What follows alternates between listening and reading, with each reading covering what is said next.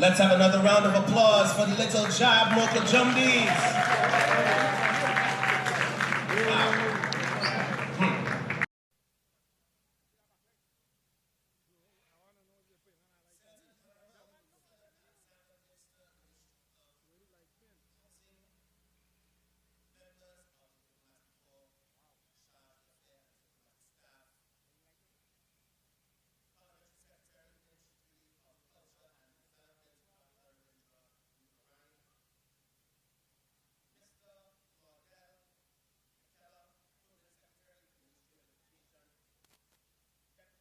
Permanent Minister of Culture and Community Development, Mr. Martel Waldron. His Worship Alderman Chinua Allen, the Mayor of the City of Port of Spain. Ms. Zakia Uzuma Wadada, Executive Chair of the ESCTT. Chief Executive Officer of the National Carnival Commission, Kiba Jacob Motley. Sponsors of the Emancipation Support Committee of Trinidad and Tobago, specially invited guests, members of the media, ladies and gentlemen, good evening. Good evening. I'm just making sure we are here. Let me try that. Alafia. Thank you. Welcome, everyone, to the Lejasu Omowale Emancipation Village. Before we begin our opening ceremony, I would like to invite Dr. Intu Pearl Springer to do our libation this evening.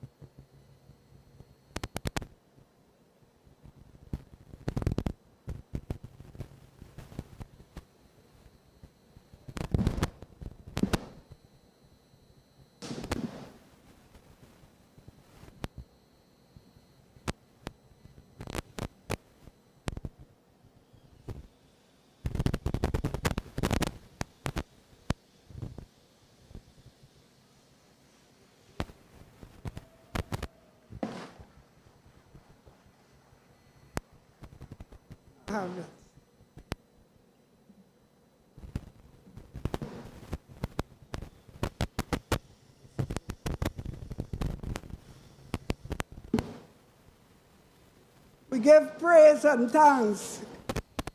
Good evening, everybody. Good evening. All protocols observed. And we give thanks for the gift of life coursing through our veins. As we celebrate this emancipation, we cannot do so without looking back at the suffering, the ability to survive the most inhuman conditions inflicted on any people in the history of humanity. We celebrate the unrelenting struggle of our ancestors, their fight for this freedom that we celebrate today. We pay homage to whatever name we call the Supreme Being. On this emancipation, we recognize the ancient spiritual systems from which Western spirituality has so liberally borrowed. We call on the great God that we call Oludumare in one of the ancient languages of our ancestors, Yoruba. And those of you who are inclined to get up can do so. Those who choose to sit can continue to sit. We are encouraged to pour libation as a sign of respect. So we pay homage to the great God that we call Oludumare, Mojuba Oludumare. And the response is Ibashe, Mojuba Oludumare. My hearing not too good as I'm getting older, so Mojuba Oludumare. Yeah, that's a little better. And as we salute the four directions, the east, where our ancestral land is. Ilauru Mojuba Ibashe. Iworu Mojuba Ibashe. Ariwa Mojuba Ibashe. Usu Mojuba Ibashe. We pay homage and pour libation to the mighty Malay, the Orisha. We pay homage to Ogun, but I will not give Ogun water. I will give him some OT. We pay homage to Ogun, who fought with us against enslavement. Warrior of warriors, known in Haiti as Ogu, mighty warrior, fight our battles for us. And as we celebrate Ogu, remember Haiti, remember Haiti, remember Haiti, the mother of our emancipation.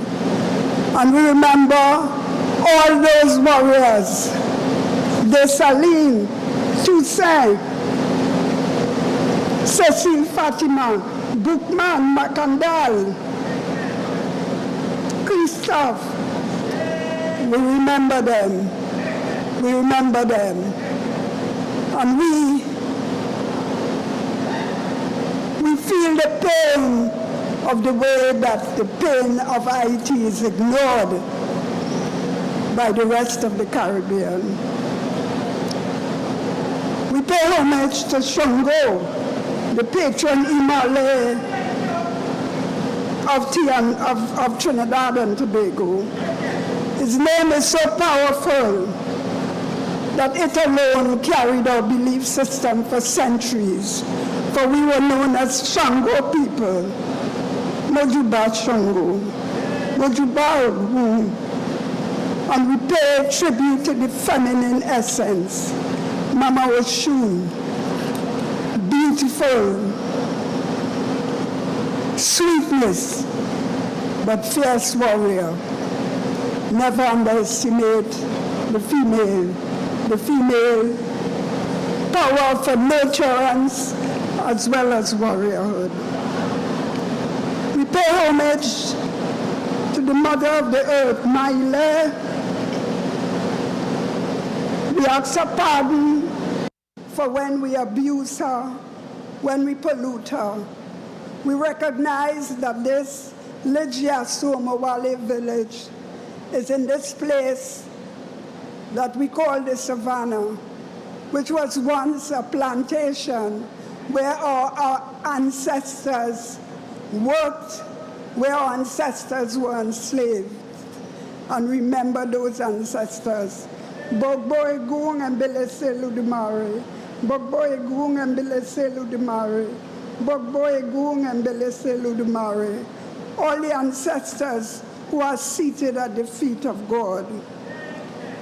And as we celebrate, our hearts are pained by the situation of our black youth. And we pray that some serious effort be made to make a dent in the morass of ignorance about themselves, about ourselves, that is still in our deeply, deeply, deeply colonized education system. I say and I feel that the education system has to be complicit in the criminalization of our children. So irrelevant it is. We can but offer our hero ray this day and continue to fight to see positive change in our society that, despite the contribution of the African, still sees us in so many ways at the bottom of the social ladder. Our ancestors are weeping. Let us dry their tears. Our ancestors are weeping. Let us dry their tears. Let the names of our great Pan-Africanists be celebrated. Kwame Ture is still living on Oxford Street. Henry Sylvester Williams, all our great Pan-Africanists. Let us remember them. Let us memorialize them. And now, let us enjoy this day, this week that is coming. Let us use it as a time of reflection, of recommitment, of sharing knowledge, taking responsibility. I give thanks. May Eshu, the divine messenger, take my prayers, my ear away, the wishes of my heart into the halls of Orun. May these celebrations be blessed. May the Emancipation Support Committee, all the members who are working so hard, may they be blessed. May they be blessed. May we have success. And may this day, this week, bring into being a new era for our people, for our children. Ashe, Ashe, Ashe. You can say the Ashe, Ashe, Ashe, Ashe, which means simply, so be it, let it be so. Thank you.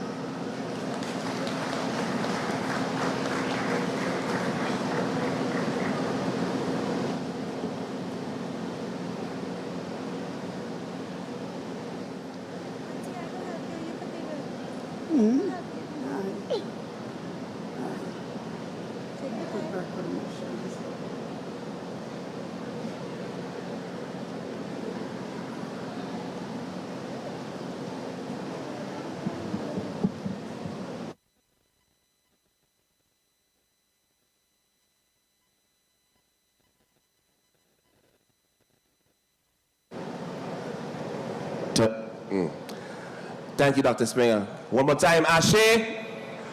All right. I'd like to acknowledge the presence of Mr. Kafra Kambon, founding chairman, director of the Regional and Pan-African Affairs, ESCTT, and officials of the ESCTT, and his wife just joined us. I'm not sure why all you're sitting down. I'll invite everyone to please rise for the national anthem of the Republic of Trinidad and Tobago, rendered for us this evening by Privates Robert and Private Joseph of the TT Defense Force.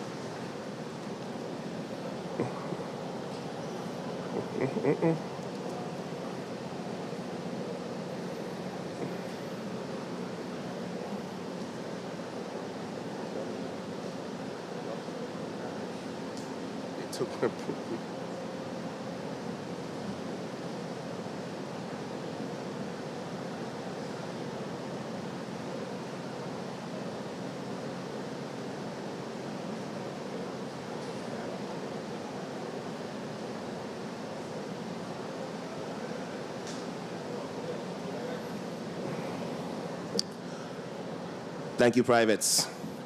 I wish each and every one of you once again a special good evening and welcome once again to the Iljasu Umawale Emancipation Village. My name is Hashim Lewis. I will be your humble master of ceremonies this evening. At this time, I would like to call on the Executive Chair of the Emancipation Support Committee, Ms. Zakia Uzuma Wadada, to give the opening remarks.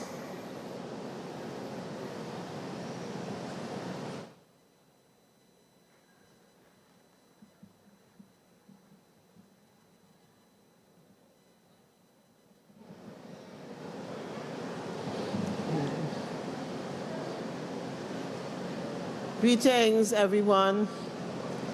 Dr. Narendra Rupnarayan, Parliamentary Secretary, Ministry of Culture and Community Development. Mrs. Gwyneth Morris Alexander, Permanent Secretary. Mr. Claudette McKellar, the PS of the Ministry of Education. Mr. Martel Waldron, Deputy Permanent Secretary. Sorry, I slipped in Ministry of Education in there, but he's also the Deputy Permanent Secretary of the Ministry of Culture and Community Development. His Worship Alderman Chinua Allen, Mayor of the City of Port of Spain. Dr. Kafra Cambon, Founding Chairman of the Emancipation Support Committee of Trinidad and Tobago and our current Director of Regional and Pan-African Affairs. All of the directors of the Emancipation Support Committee and members of staff. I also recognize in our presence Kiba Jacob Motley, the Chief Executive Officer of National Carnival Commission, all our sponsors who have taken the time. I want to know that representative of NLCB is here with us. Thank you so much. Our specially invited guests, members of the media. This moment every year, when we open the Iljasu Umawale Emancipation Village, it is a very emotional time for all of us because the challenges and the personal sacrifices that it takes to make this manifest is really, really one that when it actually happens, you know, sometimes it is even unbelievable. How did we do it? Because we do it with such little resources, both financial and human, and you know, it continues to resonate within us, the struggle that we have as African people to make anything happen. You know, we continue to struggle, we have to continue to make sacrifice, we have to continue to, you know, really do more than what is possible. But you know what? We are one of the most resilient peoples in the world. We are a people that have conquered many battles, and I assure you we will continue to conquer all those that are yet to face us. Because as I stand here and as we stand, we represent both the past, the struggle of our ancestors, and all those that went before us. We represent the present, and how do we continue to play our role to impact the lives of those that yet to come. So we are always conscious as African people of our past, our present, and our future. And as we celebrate the 187th year of emancipation, taking note of the fact that it is less than half of the time that we were enslaved, and therefore the emancipation process has not yet been taking place for 250 years. You see how far we are. We still have to go another 60 years or so before we even get to half that journey. And therefore the journey is one that has been very, very difficult. You know, we struggled to free our arms and our legs from the chains. And you know, on the morning of Freedom Morning Come, we always talk about what are we going to do when freedom comes?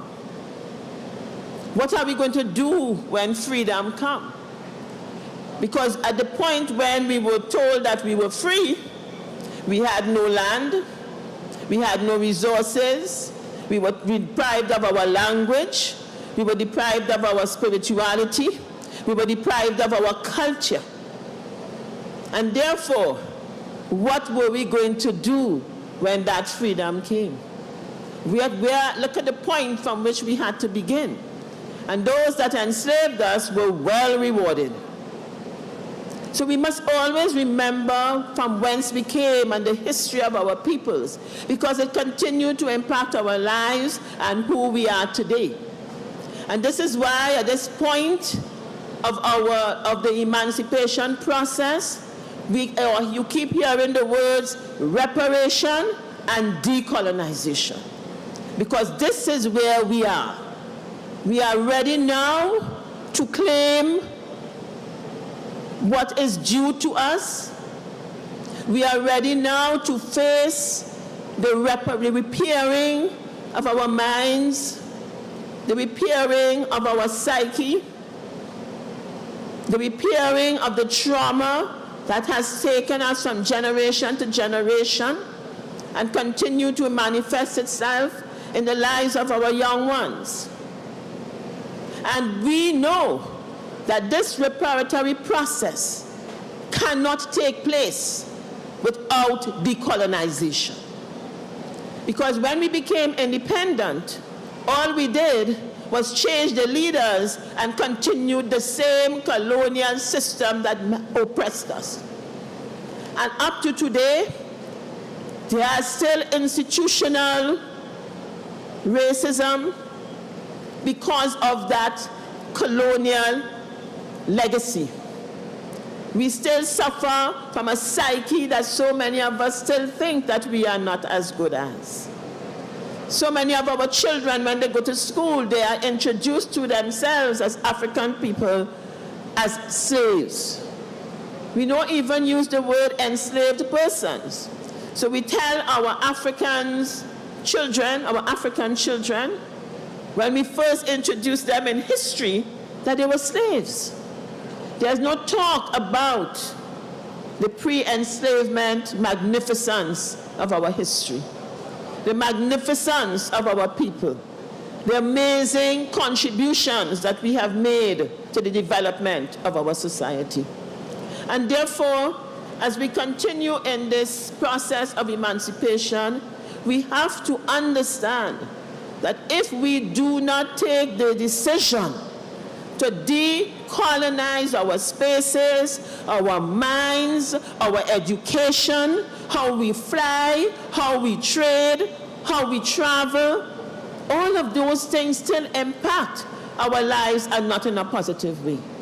And therefore, the journey continues, the struggle continues, and the celebration of emancipation is done for us to take the time, yes, to celebrate the victories of our ancestors, to celebrate the victories of our people. Because, as I always say, regardless of the trauma that we went through, we have shown the world that we can excel at anything. We are the most beautiful, we can be strong, we are bright, we are the best, we can excel in sports, we can excel in education, we can excel. We are an amazing people who would have risen out of those ashes of enslavement and still show our worth. But that has not always gained us the respect and the kind of support that we need. So we, at this particular point, we continue to do our work. The Emancipation Support Committee is a small, non-government, not-for-profit organization. And it cannot do this work alone. And we do not want that we have all of this magnificence and then we cannot pay for it. So I'm appealing not only to our government, but to our corporate sector to understand the value and magnanimity of what we do and the positive impact that it can have on our society. Because emancipation was not a win just for Africans, it was a win for all humanity. Because none of us would have wanted to continue to live in a world where one group of people thought it was okay to treat another like animals and chattel. None of us would have wanted to live in a world like that. So we give thanks to our ancestors for their struggle, for their fight, for their sacrifices. There's so much more to be said about our journey, but there is, again, as much as there is so much still for us to do, we always use this time to also remember the power and beauty of ourselves. And as the brothers Trikanal say, during this week, and as particularly on Emancipation Day,